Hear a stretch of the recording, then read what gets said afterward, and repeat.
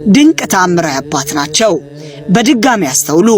ቀዳሜን የጠቆመ ገድሌን የሰማ ያሰማ በመንግሥተ ሰማያት በሕይወት መዝገብ መዝግብልኝ ብለው ቃል ኪዳን የተገባላቸው ኢትዮጵያዊ ቅዱስ አባት ለአጋንንት እሳት፣ ለነፍሳቸው እድሳት፣ ለኮሮና መድኃኒት፣ ለዕውራን ብርሃን፣ ለሕሙማን ፈውስ፣ ለችግረኞች ማግኛ ከጭንቅ አውጪው ተአምረኛ ጸበሉ እንደ ጅረት እየፈሰሰ ነው።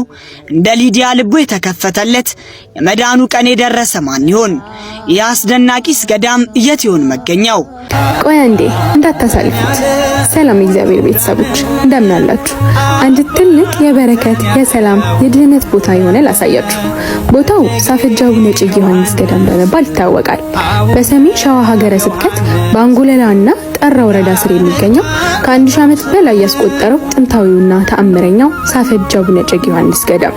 በዚህ ገዳም ከማንኛውም በሽታ በአንድ ቀን ጥምቀት ብቻ የሚፈወሱበት፣ በረከትን የሚቀበሉበት፣ ጽድቅን የሚጎናጸፉበት ገዳም ሲሆን አባታችን ጻድቁ አቡነ እጨጌ ዮሐንስ ለ50 ዓመት የጸለዩበትና መጀመሪያ የገደሙት ታላቅ ገዳም ነው።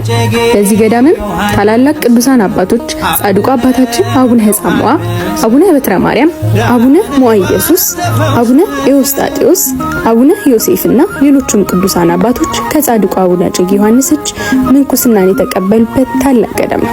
በዚህ ገዳምም የአባታችን የጻድቁ የአቡነ በትረ ማርያም መካነ መቃብራቸው እዚሁ ይገኛል።